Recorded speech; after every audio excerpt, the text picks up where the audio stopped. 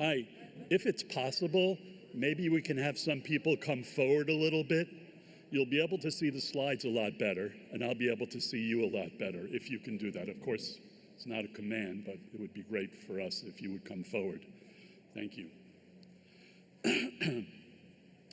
So I think we're not supposed to make any introductions. Is that right, Jen? We're just going to introduce the session. And so we're happy to be talking about telehealth. We have a very interesting hour ahead of us, so I can't really tell you anything more except I will, which is I think single-sided deafness and telehealth are the two largest growing areas in cochlear implantation. So we're going to invite our first speaker to come up. Can we get the slides, please, Dawn?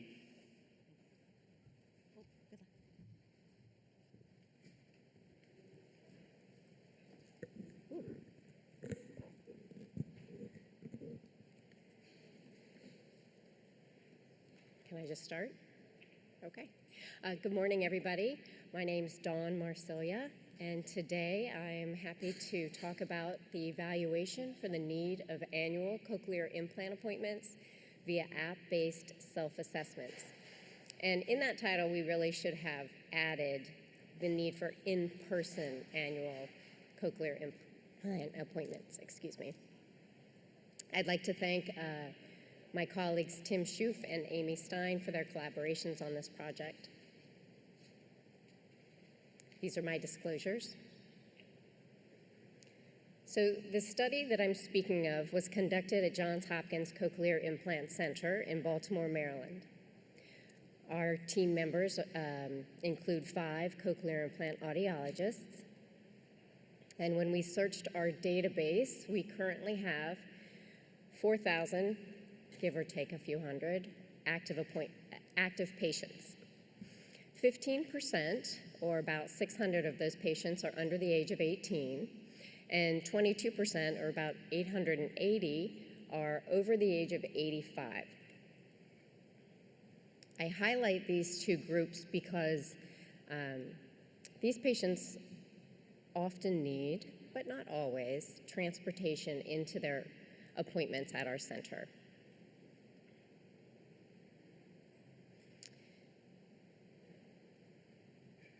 We also tallied the clinic visits for 2023 and found that, interestingly, we had about 4,000 visits between the 5 of us, and 12% of the patients came in from out of state. Now, Maryland's a pretty small state, so the people within state don't have very far to drive, but they do have to tackle some traffic in the DC metro area. And depending on their caretakers and their family members, they often report that there's a burden, or they feel like they are a burden to the caretakers that are bringing them into the appointments. For the folks that are coming in from out of state, there is a bit of a burden as far as time commitment and travel costs to get to our appointments. And I don't want our patients to feel burdened to come into the appointments. So we want to know what we can do to reduce any burden for inpatient appointments. Most of these appointments are probably going to be annual clinical follow-ups, which our protocol has detection of thresholds as well as speech perception testing. And following that assessment, we'll do the device check and the program check. We feel that the assessment component is equally as important as the programming component because we want to track and monitor their performance with their devices. It can also help us with the programming that's done afterwards. So how can we reduce the burden, and can we use remote self-assessment to reduce burden? We asked 2 research questions. Can an app-based remote self-assessment be used to determine the need for in-person annual clinic visits ahead of time? And second, what are patient and clinician attitudes towards using remote assessments in clinical practice? Our study used the research app from Advanced Bionics. The app was downloaded onto a clinic iOS tablet, so our patients didn't download anything onto their personal devices, which we would expect in the future. The research app had questionnaires to assess patient need. The current app has the ability to assess impedances, but we did not use that during our study. The app assesses audibility with a hearing screener at 30 dBHL and has several speech understanding tasks. All of the data obtained from our self-assessment is stored in a portal, and clinicians can access the portal to review all of the information and determine whether or not an in-person appointment is indeed needed. On this slide, you can see an example of 3 questions from the needs questionnaire and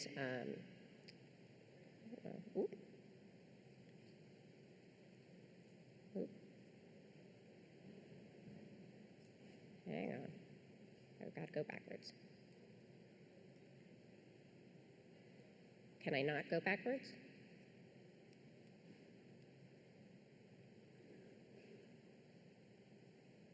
Can anyone in IT help me go backwards? There we go.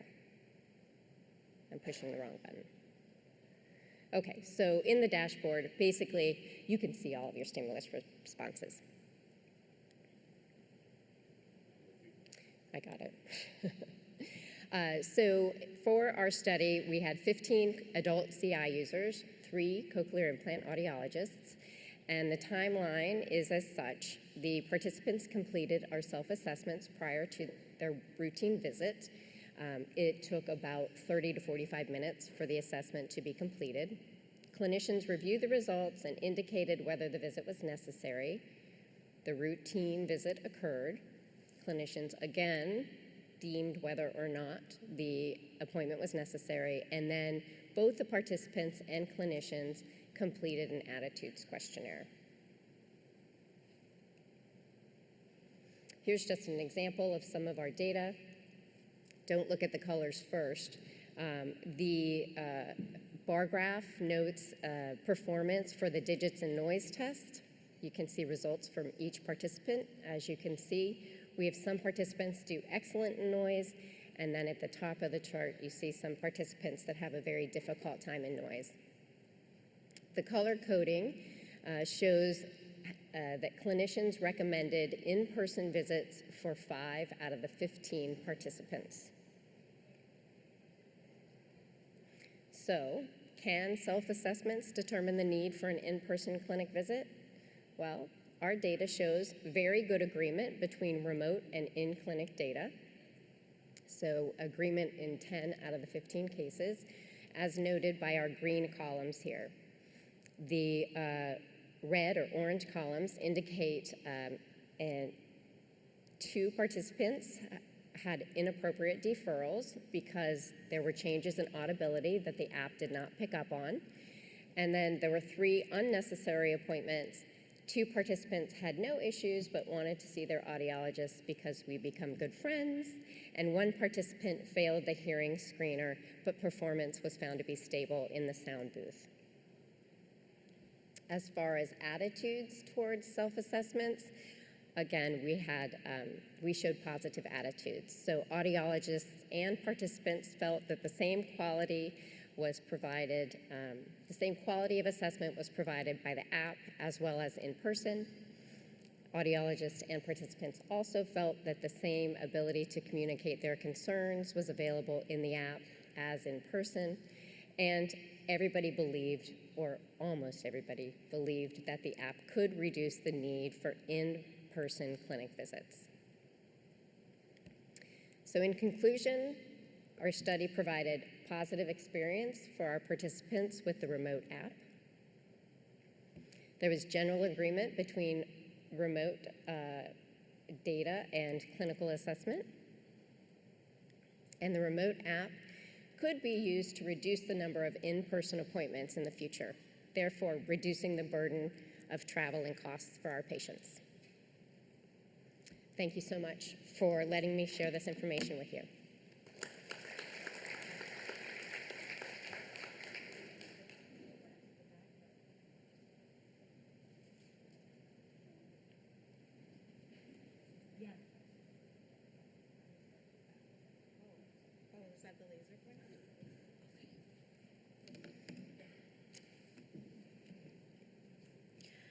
Okay. Good morning. My name is Jolene DiCecco, formerly Harrington. I'm an audiologist here in beautiful Vancouver, so welcome.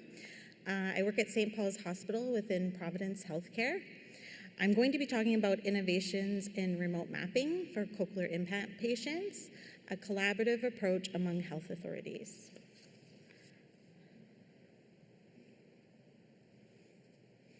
I have no disclaimers.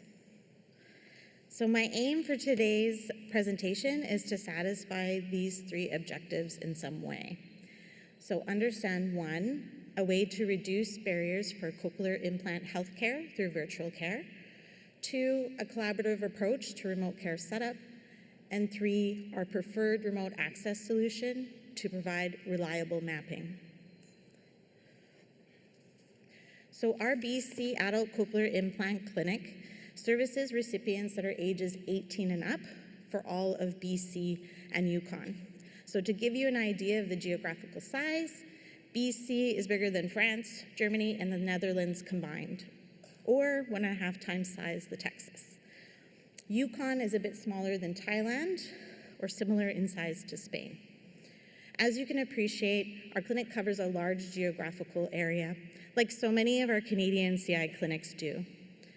We currently have 1,056 patients, as represented on this map. Of those patients who live outside of the Lower Mainland, Vancouver, many of them have indicated travel time and costs as barriers to their follow-up care. These concerns were evident even before COVID-19 had added travel restrictions. Flooding had decimated the province's highway network, and wildfires had caused road closures. We started by looking at our number of active adult CI patients per health authority. Although this slide is showing our current number of active CI patients, it reflects the ratio of patients per health authority we were seeing when we started this initiative back in 2018. Currently, Fraser Health, followed by Vancouver Coastal Health, have the highest number of active CI patients. Patients from these health authorities, though, visit our clinic directly in Vancouver. I do note that the ones coming from the Fraser Health region may have a 2.5 hour drive, depending on traffic. But we began with the next highest density of CI patients in a health authority, with an even longer travel time, one that typically takes a whole day due to a ferry ride back and forth just for a follow-up visit at our clinic. And that's within Island Health Authority. So began our journey to address the gap in services in the public health system. How we went about with remote mapping. So some background. Even though we had started this initiative before the COVID pandemic, it was not until the pandemic did we finally secure the funding for the project due to the push for the telehealth services. There was different talk about what site within Island Health we would house the remote mapping site. It was ultimately decided that a health authority or a public health site was most ideal given firewall restrictions and such. A collaboration began. The Chief Medical Information Officer for Island Health was first contacted. For us, we needed that director executive level of engagement in order to achieve the support we needed to be successful. This then led us to a partnership with the virtual care team at Royal Jubilee Hospital in Victoria on Vancouver Island. We saw our first CI patient virtually in December 2020, 2 years from when this initiative was first discussed. We began with 1 Friday a month. Patient demand grew quickly. In March of 2021, we began holding 2 remote mapping days regularly, the first 2 Fridays of each month, and as needed for urgent cases. Given the success and continued use of the first site, interest and funding in setting up a second remote mapping site built. This time for the Interior Health Authority, the second most populated health authority with CI patients outside the Lower Mainland. We had initially set up the necessary hardware for Cochlear Americas because 90% of our patients use Cochlear. We now have this set up for the Medell patients in each region. None of this would have been possible without the people and the teams listed here. So let's get into the actual setup. First off, the project was made more complicated by having 3 independently run organizations, each with their own security, IT, and privacy, and not all were aligned, each having their own policies and protocols. So we needed to make sure we were meeting all these differing policies and protocols to make this work. So to do that, a brand new solution was created by Provincial Health Services Authority's Solutions Architect and Technology Services. The architecture diagram that you see is an example for our Island Health site. I'm not going into details because of time, but I provided the diagram for anyone who may be interested in setting something up in a similar fashion for their clinic.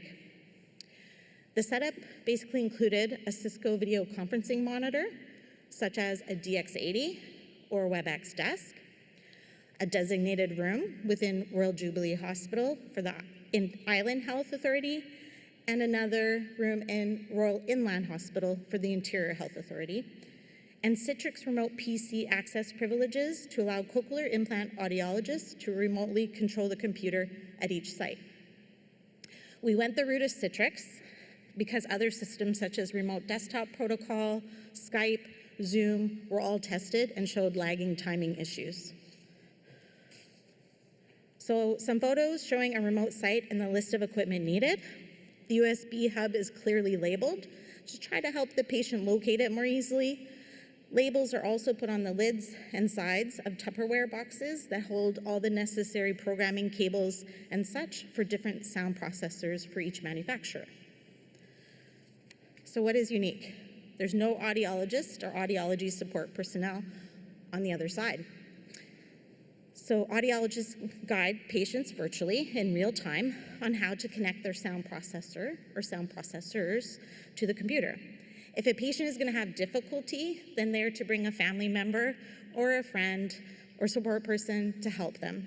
So the patients or their support person are to physically set up the equipment themselves. Thirdly, this setup allows for full detailed mapping like it is for an in-person appointment. Lastly, and as stated in this title of the presentation, the collaboration between health authorities, which was not a small feat. Of course, there's limitations. There's no physical checking of equipment, incision site, and or the receiver stimulator site, and of course, there's no booth testing. We received patient feedback in 2 ways. First was through a survey based on 5 themes from the BC Patient and Safety Health Quality Matrix. These themes being respect, safety, accessibility, appropriateness, and effectiveness. Of the 21 patients surveyed or interviewed, basically the majority of the patients agreed or strongly agreed with the overall satisfaction of the virtual health session. Second, Island Health collects telehealth surveys. Of the 61 surveys completed since the inception of this initiative, results indicate patients had an overall positive experience, with over 90% agreeing to the telehealth visit being as good as seeing the provider in person and easier than traveling in person. Patients reported remote mapping services help save costs on ferry or airfare, bus or gas, time off work, hotel, meals, and some said childcare. So many patients, although enjoy using remote mapping appointments, do say that if it wasn't that far, they would prefer to go in person. On the flip side, there are patients that say they would no longer come to the Lower Mainland, and so would have no other way of following up without the remote mapping service being available. A detailed remote mapping service, I should say. Although not noted here, it was also important the audiologist experience was consistent and similar to the in-person mapping experience. Our award-winning remote mapping of CI devices has shown to be an effective patient-centered approach and a quality improvement to optimizing cochlear implant usage. Cross-organizational collaboration was essential and continues to be for the development and the ongoing of use of the remote mapping service. We are actually in the midst of a third remote mapping site, a second within Island House, more mid-island along the coast. Thank you.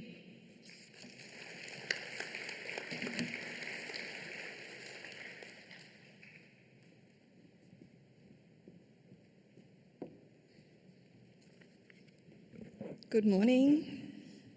My name's Colleen Saris and I'm from Macquarie University in Sydney. And today I'm going to be sharing with you about a speech perception app that we developed that could be used with telepractice. And I'd like to acknowledge my co-authors Greg Lee, Catherine McMahon, and Canada's best export to Australia, Professor Bob Cowan, who were all my supervisors for my PhD, which is this project. Okay. So this was part of my PhD topic, which was looking more generally at models of cochlear implant service delivery and the role of telepractice. My disclaimer is that my presentation is not related to my current role with Cochlear, and it doesn't reflect the opinions or business of Cochlear Limited. These are my learning objectives. So about 10 years ago, when I was fully immersed in a clinical role, I was routinely doing remote mapping, much like Jolene was describing earlier, and also doing remote rehabilitation services. But it was very episodic. The recipients would have to still come back into the clinic because, as Jolene pointed out, we needed that sound booth to do that testing that we audiologists like to do every year for our follow-ups. And so I was inspired by this quote by Ham, and I thought, wouldn't it be great if we could find a seamless telepractice model where the recipients didn't have to come in for that testing, and we could have a nice seamless pathway with telepractice, and not only that, to get some self-care and self-management integrated as well. So hence the decision to look at a speech perception app. And what we wanted to do was make sure that there was no disruption to a seamless telepractice model. But we also had two other clinical factors that we wanted to consider that the app may have addressed. We were finding that there were clinical bottlenecks that were preventing us from increasing the capacity of the number of clients that we were seeing. So we felt that an app may help us in maintaining and doing the ongoing monitoring of our install base. So we thought it may address their limitations on organisational capacity. And the other area which we all know about is the low referral rates. So we thought if we had this wonderful standardised app that we could share with other hearing healthcare professionals, we could partner with them in having them assess and refer and partner with us with the ongoing management and care of recipients. So in developing an app, we really wanted to make sure that it was best practice, that it was as standardised as possible because we were going to try and remove that sound booth from the flow of care, that the platform was portable and high-tech and good microphone and video technology, and it was accessible and device agnostic, because a lot of the apps at the time we were looking at would stream directly to particular devices, and we wanted something that could be used by all comers. So there were two phases to this study. The first phase, which was probably the most lengthy phase, was the development and piloting of the app. It was an iterative process. We had multiple stakeholders involved. We had clinicians who were experienced or inexperienced with cochlear implants, normal hearers, people with varying degrees of hearing loss. And so we had a number of trials and piloting with the app, and eventually we came up with something called the My Hear Check app. And within that app, we used a BKB-like sentence test called the Austin and CNC words. And the app could be delivered synchronously, so the clinicians could actually do it within clinic or remotely in real time with the recipient, or the recipient could actually do the testing themselves asynchronously. And to that end, we built in a video so that the recipients could actually video themselves responding to the stimuli, so that when the clinician was scoring it later, they could actually watch the video and transcribe and score accordingly. We wanted to evaluate the app to make sure that it was effective, efficient, and to look at any other outcomes that came out of it. And we did have this grandiose plan of having about 65 people that we were going to assess with it, and then COVID-19 happened. So the first cohort that we did have involved, they had never used telepractice before. As they were recruited, we had 23 adults recruited, and we would put them into 3 groups. The first 2 groups, they had testing in a traditional sound booth manner, and then they had synchronous and asynchronous app testing, and they differed in the order they were tested. The third group had asynchronous app testing only. So when we look at the effectiveness, all those red lines there mean that there was quite a big difference between the different conditions there. But what was really heartening was that we saw that when we were using the app synchronously and asynchronously, there was no significant difference. So potentially the app could be used within the clinic and then ongoingly afterwards asynchronously. There were no order effects, and there was no experience needed with the app prior to doing the asynchronous testing. We looked at the efficiencies, so with some questionnaires, we had the CI users rate the usability of the app, and the lower the score, the better. And we saw that the only areas that they found difficult were that they wanted more explanations and more feedback about what they were doing when using the app. And similarly, the hearing healthcare providers who were involved in the study, they rated the app quite positively, except for the fact that they felt they needed more information about the recipient when they were looking at the results from the app. We conducted some semi-structured interviews after the participants actually completed their testing. And in the top panel there's a pie chart that is showing the responses as to whether they would want to include telepractice in their cochlear implant journey. And only a quarter of those who were participants felt that they could actually wanted to integrate telepractice into their CI journey. And the reasons are on that left-hand side of the panel there.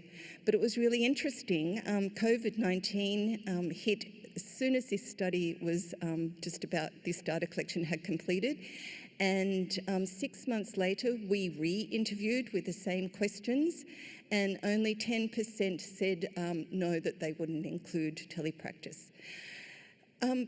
At this point, the study pivoted, and I was more interested to know why people didn't want to integrate telepractice into the cochlear implant journey. I know that they then said that they did when COVID occurred, but there were some deep-seated things like there where they felt that testing could only be done in a sound booth, and that they need to have someone else with them when they're doing their testing. So if you have time this afternoon, come and see poster 159, and I'll talk to you about what I found in that side of the study. So do we need another speech perception app? And that's a question I don't know the answer to, and maybe you do. But what I do know, and this recent quote by Mobley has added foundation to what I think, is that we really need to start shifting our focus on the metrics that we're using and the reliance that we're putting on speech perception, and not let that inhibit our use of telepractice in a seamless way. We have such diverse populations that we're working with diverse devices that they're using, so we can't be limited by that. We need to ensure that our models of care are flexible, and most importantly, moving forward, we really need to partner and co-create with cochlear implant users in designing the models of care that we're using. Thank you so much.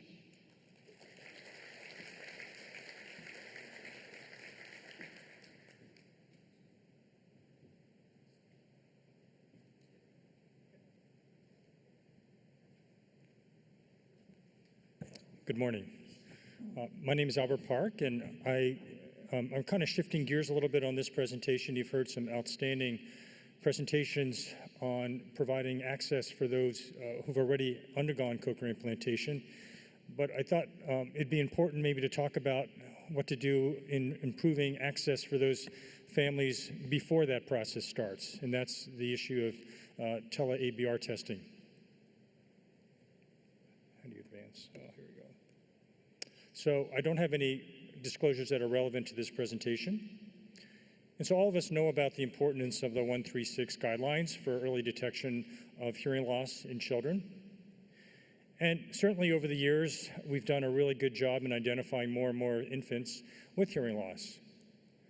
However, as shown in this study by Colorado's group, Cunningham et al. Reported that despite this success, about 18% of children still do not complete their hearing evaluation. Now, if you look at Utah, Utah does pretty well compared to the national average.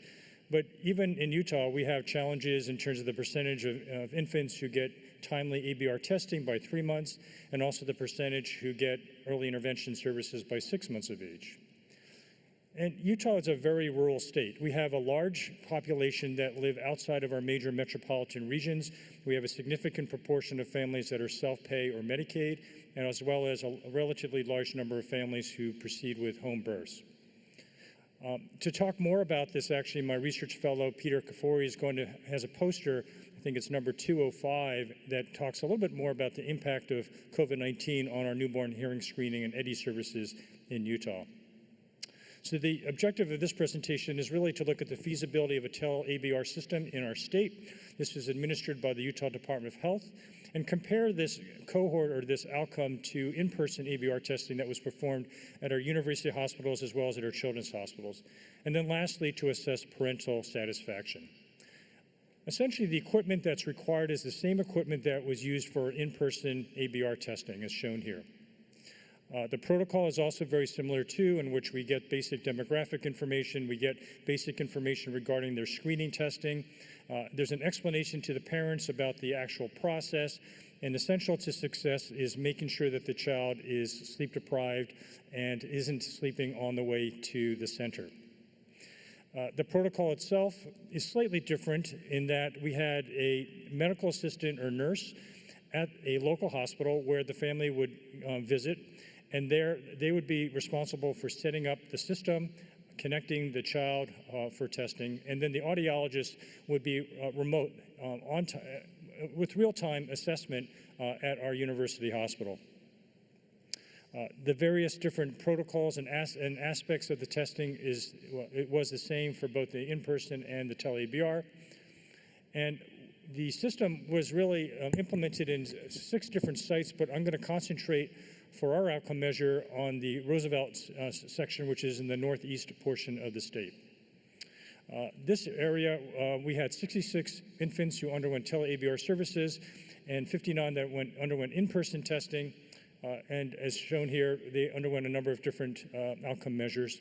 And then we assessed success by these various measures of threshold. Our results. So we found that, unfortunately, even despite the tele-ABR services, about 25% of infants were lost to follow-up.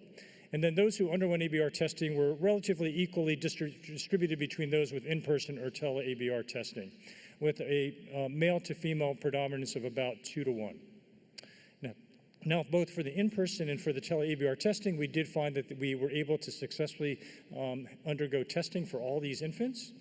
And then if you look at the distribution of the in-person versus the tele-ABR by race or ethnicity, relatively similar, though I wanted to bring to your attention the non-white cohort, where there was a larger proportion of non-whites who underwent the tele-ABR services. If you look at maternal age, if you look at maternal education, there actually was no statistically significant difference between the 2 groups. And then if you look at the mean age of outpatient screening, slightly lower number in the in-person group, so favorable there. The distance travel, which I want to bring to your attention, is also significant, favoring the tele-ABR group. Average is about 13 miles versus over 100 miles. And then the average age of ABR testing favored the in-person group by a small amount, but I want to also bring to your attention that all these children on average, underwent diagnostic ABR testing within the 3-month target. A number of diagnosed were higher in the in-person group, and the number that were enrolled in early intervention also were higher in the in-person group, but these were not statistically significant. In terms of hearing outcomes, most of these children were found to have normal hearing, and there was a relatively similar distribution of those with mild to more profound hearing loss. 2 of the children in the tele-ABR group were identified in having congenital CV infection, and both underwent cochlear implantation. We did also survey these families, and these are the various questions that were asked. In general, the parental response was very favorable.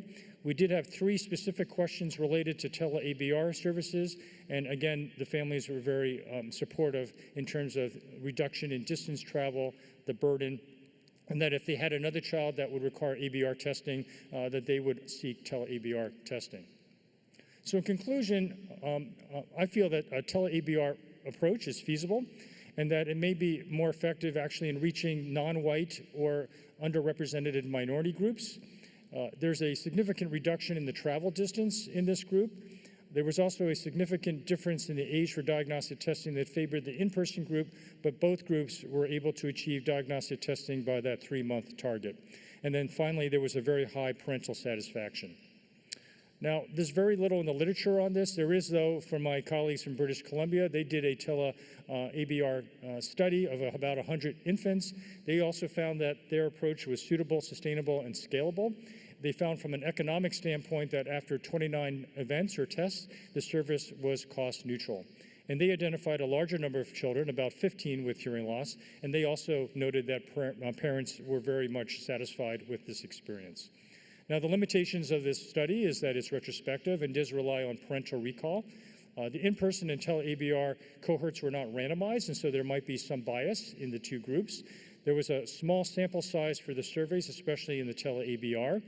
But the strengths of this study is that this is a statewide program. This is a collaboration with the Utah Department of Health.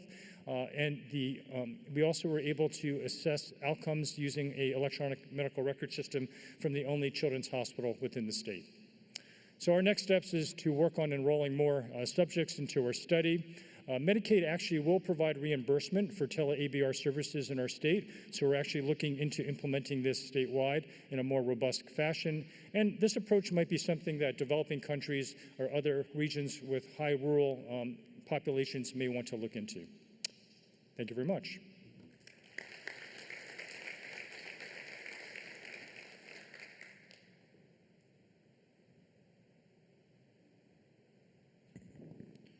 Morning, everyone. My name's Jacob Salkers. I'm going to be discussing an app-based self-assessment and how they have the potential to improve clinical efficiency. My disclosures, we got a research grant for our not-for-profit clinical branch to perform this research. So I'm from the Manitoba Surgical Hearing Implant Program. Manitoba is in the longitudinal center of Canada, which really just means we are very far from everything. We have about 500 CI users, 225 Baja users, 3 audiologists. We are geographically about the size of Texas, but population-wise really relatively small.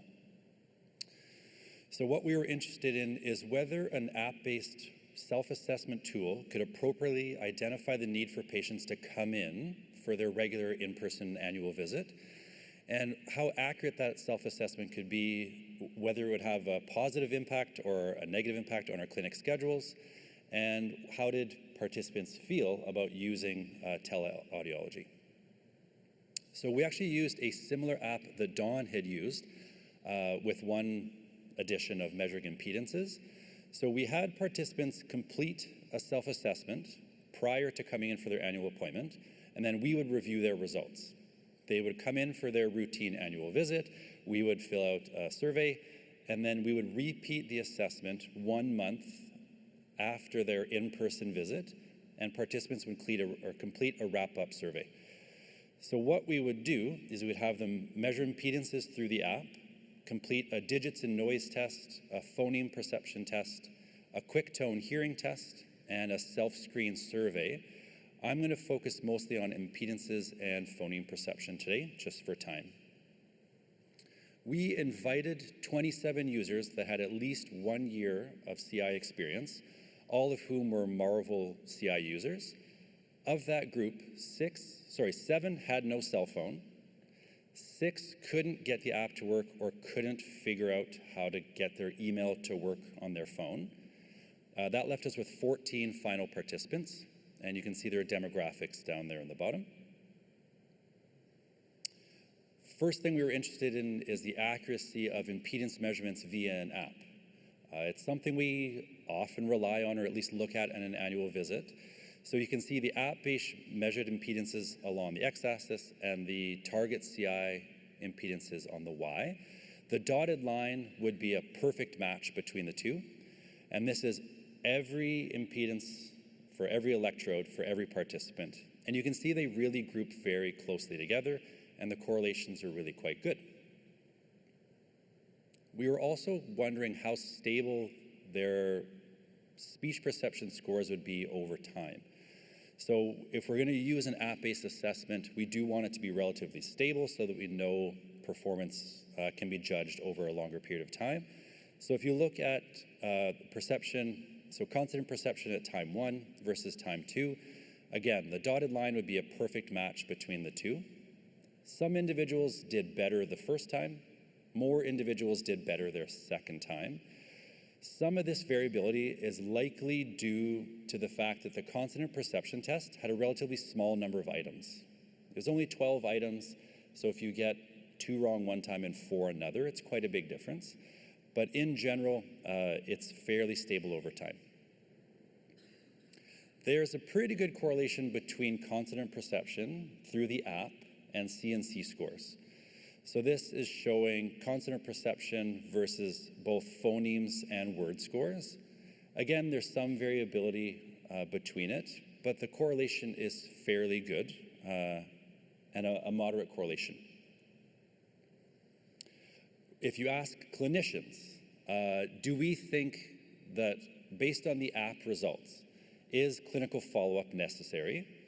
More often than not, we said yes, there is some clinical intervention that's required. And then we asked, well, do you think it has to be in person? More often than not, we said no, it does not need to be in person. What we looked at as clinicians was not just the results of the tests of the app, but we actually relied quite heavily on the self-screen survey. So patients self-report on their performance, if they wanted to be seen, if they had device issues, or if their data log showed something that we thought we needed to follow up with. We combined that with the results of the self-screen survey, or of the self-screen assessments, to determine whether we had to have some clinical intervention. Patients came in, we did our regular booth testing and speech perception testing, and afterwards asked, based on that visit, was there any clinical intervention necessary? There was. Just under half the time we had some clinical intervention, and the clinicians most often said it did not need to be in person. There's only one case where we felt it was important for them to be there in person, and that was to change magnet strength. What the clinicians most often cited was alternatives. It could have been done via remote programming, virtual counseling, sending people troubleshooting or maintenance videos by email, or equipment RMA. When we asked participants, what did you think about using the app? Most of them found it quite easy to use, and they liked the idea of using the app to give us, so the hearing healthcare practitioners, more information. So it's a pretty easy and informative app in their opinion. Most users also like the idea of saving time. So we said, well, would you use an app if you could save time? Most agreed. Interestingly, some disagreed. Like, no, I don't want to use it even if I could save time. So the graph on the right is the travel time in orange and the amount of time to do the self-assessment app in blue. Travel time to our clinic was as high as over 3 hours for this study. On average, the self-assessment only took about 10 minutes, or just under 10 minutes. The asterisks over top of the travel time, those are the people that disagreed. So the one who drove the longest was like, no, I would not use it. She just likes to come in. Participants in general had mixed feelings about using an app to guide clinical decisions. I think this partly reflects just unfamiliarity with using apps for healthcare. There were people that were fine with using an app to make some healthcare decisions. Again, when we asked, well, would you use an app if you could skip your annual appointment? People were either on the fence or agreed, but there's always that group of people that said, no, nope, I like to come in and see you every year. But there was around a third of participants who said, I would skip my annual if I could do this through the app. So we do feel that app-based self-assessments have the potential to improve clinical efficiency. So the app-based judgment of necessity of a clinical visit. So when asking clinicians, do you think someone needs to come in? We said, yes, you need some sort of clinical intervention, about 3 out of 14 times that should be in person. Once they actually came into the clinic, afterwards we'd said, really only one of those visits probably required in-person care. There's generally good agreement between the app and in-person visit data. The self-report on device function or device use and people's desire to come in for a visit is really helpful. So it shouldn't be discounted. The more objectively collected data is very important, but asking people, do you need something? Do you need programming? Was really a helpful part of the app. Recipients were generally open to using self-assessments. About a third, right, said they were willing to skip their annual follow-up appointment and just do an app, but many were open to at least using the app to give us more information. Clinicians felt that most of the follow-up appointments, just a regular annual follow-up, could be deferred or directed to an alternate level of care. So remote programming, remote counseling. It really offers up a potential to free up significant clinical time. Our potential future use of an app like this is likely to monitor people 2 years post, where there tends to be a pretty steep drop-off in follow-up appointments, or to triage annual appointments. We are likely going to use it for our remote and rural recipients, of which we have many. And lastly, we'll use it to request additional information when patients have concerns. So they say, I need to come and see you, I have a problem. I think we could use this app to collect some data to actually help triage those appointments and determine whether or not they need to come in. Thank you.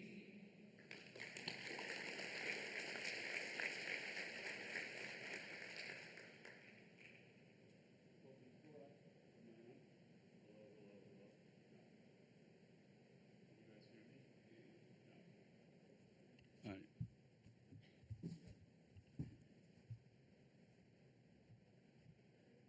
So I have a question, and anyone on the panel can answer this question. A couple of you have presented these research projects, and I don't think anyone would argue that telehealth is viable. My question is about licensure. My question is about payment. Can someone talk to me about how it works? I know with COVID, things changed, but I think things are going back to what they were before COVID. So can someone talk to me about, do we need to have a license where the patient is? How do we get reimbursed? Can anyone answer that for me? Who wants to take that? Oh, okay. Hello? I think we turned it off. Is it on? You just turned it off. Oh, I did. Okay. There we go. Okay. So in BC, I mean, we were only doing remote mapping for all of BC and Yukon. And so we do have a college that we have to be certified by, but that covers that whole geographical area. So there's no other licensing that we needed to get.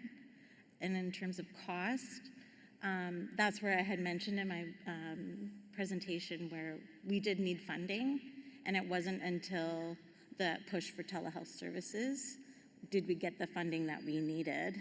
And so it cost us about $25,000 to set up our remote site, the initial one, for that architecture diagram, so the time of the architecture solutions person in the Provincial Health Services Authority, as well as the Cisco video conferencing monitor. Right. Yeah. So Jolene, your healthcare system is different that It is is. in the U.S. Yeah, so it's Is public. anyone else? Yeah. Maybe you can comment, Dawn. Yeah. Am I on? Yes. Oh, okay. So in the U.S. and the state of Maryland, during COVID, there was a lot of reciprocity between state licensure. However, that has ended, and so now to do remote appointments of any type, we do have to have licensure in the state where the patient is located. Okay. Yeah, and as far as reimbursement goes, we're billing for it, so no one said we can't do it, so I'm assuming we're getting reimbursed.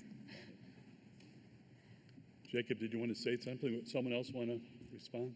I was just going to add, in Australia, obviously it's quite different to the US. We don't have the same sort of licensing. But the interesting thing is, following COVID, the federal government did legislate that we could use, we could get reimbursed. But we're finding that not many people are actually using telehealth as much as we thought that the reimbursements would actually do.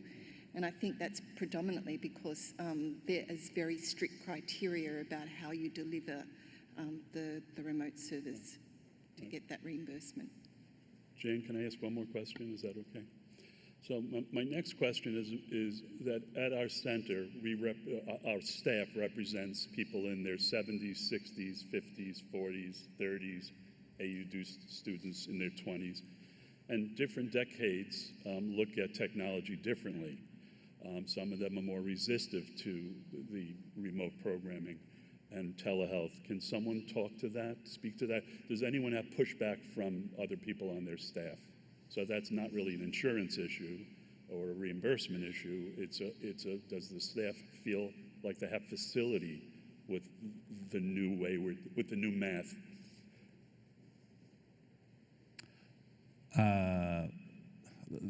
Our staff is fairly young, so in some ways, no.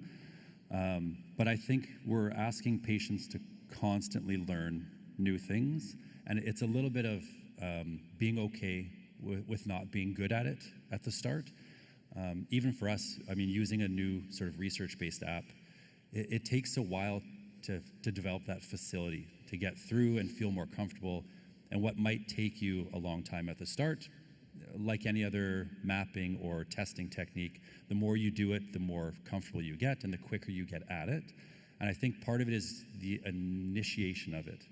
And once you start doing it and you realize, okay, I can do it, I just have to get faster at it. It's just that initial hump is the hard part. Well, that sounds like ESRT to me. The more you do it. Anyone else want to comment on that? Well, we can, does the audience, I can't really see anyone. Does anyone have any questions out there before we maybe ask another question? Do we have time for another question? There's a question. Okay.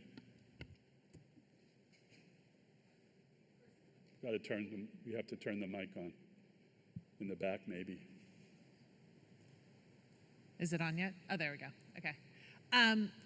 As a clinician who kind of serves a more broad range of locations as well, one of my concerns with telehealth isn't that we're just focusing on the CI. The model of implantation now is serving patients who have bimodal hearing. And as a clinician, I always counsel those patients saying, we're going to look at each ear individually and your whole listening as a person, and then continue to monitor that going down the road. So how do I tell those patients that we're going to use telehealth as a bimodal listener, and how do I keep monitoring their whole listening in the future? Like, my Hear app seems like that's going to be something that we can use, but how do I evaluate the whole listener going forward?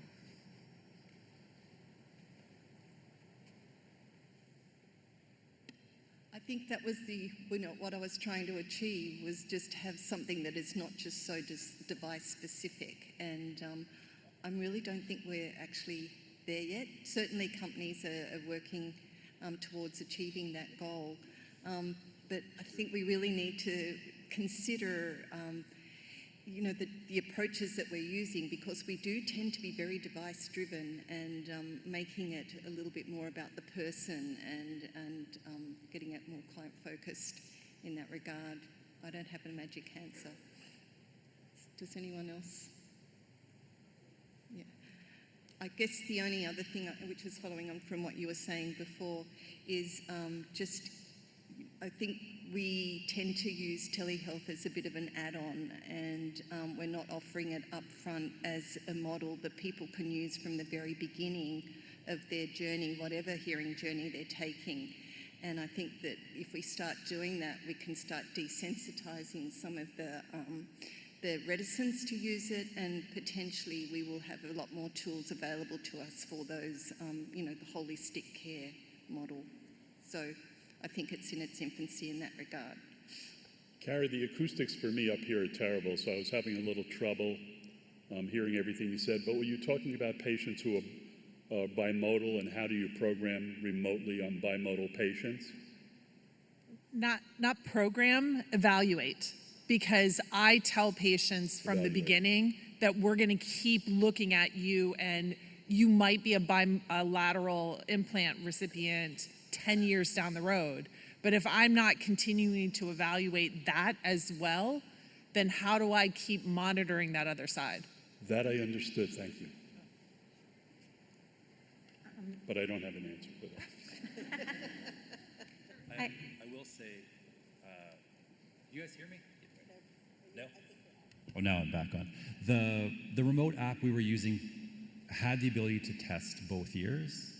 So again, there's some limitations in doing, like, let's say, an unaided threshold test of that ear, but asking patients about both of their ears, not just the CI, and saying, have you noticed a change in your hearing? Do you have any concerns in your hearing? Any concerns in your tinnitus? Do you need us to test that ear? It's partly, again, maybe triaging of asking people if they think they need something, not just on the CI side, but in their hearing overall. Doing a little bit of speech testing on that side to at least get a sense of, has there been a significant decline where you're now going to ask them to come in? So maybe not necessarily trying to completely replace in-person appointments, but maybe triage and organize patients and say, if they're saying, I have no concern, do not touch my hearing aid, I don't want any changes, and you do a pretty basic test and it looks similar to what they've had in the past, at least you have some monitoring of their skills instead of having them sort of out in the wild, not being tested at all. So, sorry, I was just going to add, because that was one of our limitations for the remote mapping service, is that we can't monitor and how the speech perception is for that person, either with the implant itself or bimodally. So we do ask patients to come in personally every 3 years so that we can do that booth testing, so we're still getting some information on them, or sooner, of course, if they're having difficulty. But it is part of trying to help them decide which manufacturer they want, because so many have to think about the travel and costs in BC. So we do talk about the remote care upfront with patients. I'll piggyback on talking about providing remote care and options ahead of time, and getting folks used to telehealth visits. So even at their pre-implant appointments, we might have device discussions remotely, so they're comfortable logging into our WebEx program. And we have added remote care options to our device discussion sort of checklist when determining which manufacturer a patient would like to go with.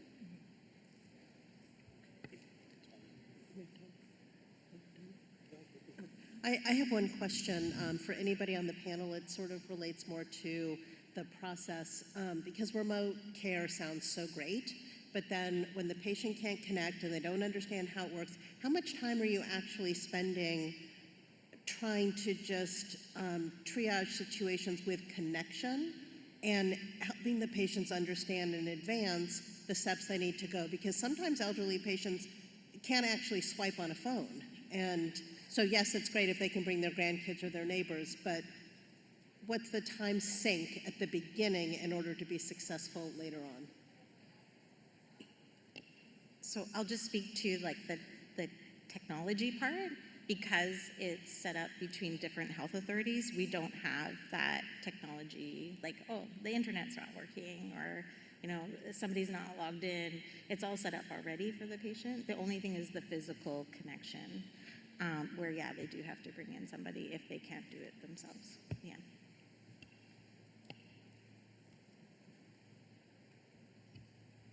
I can't speak to a specific amount of time, but there are definitely days where everything runs smoothly. And then there are those Mondays where, you know, we just have to reschedule an appointment because it's not working on someone's end. Yeah. And being proficient at it, the more you do it, the better it gets. Okay, well, thank you. We're out of time. Thanks, everybody, for joining the session. Okay.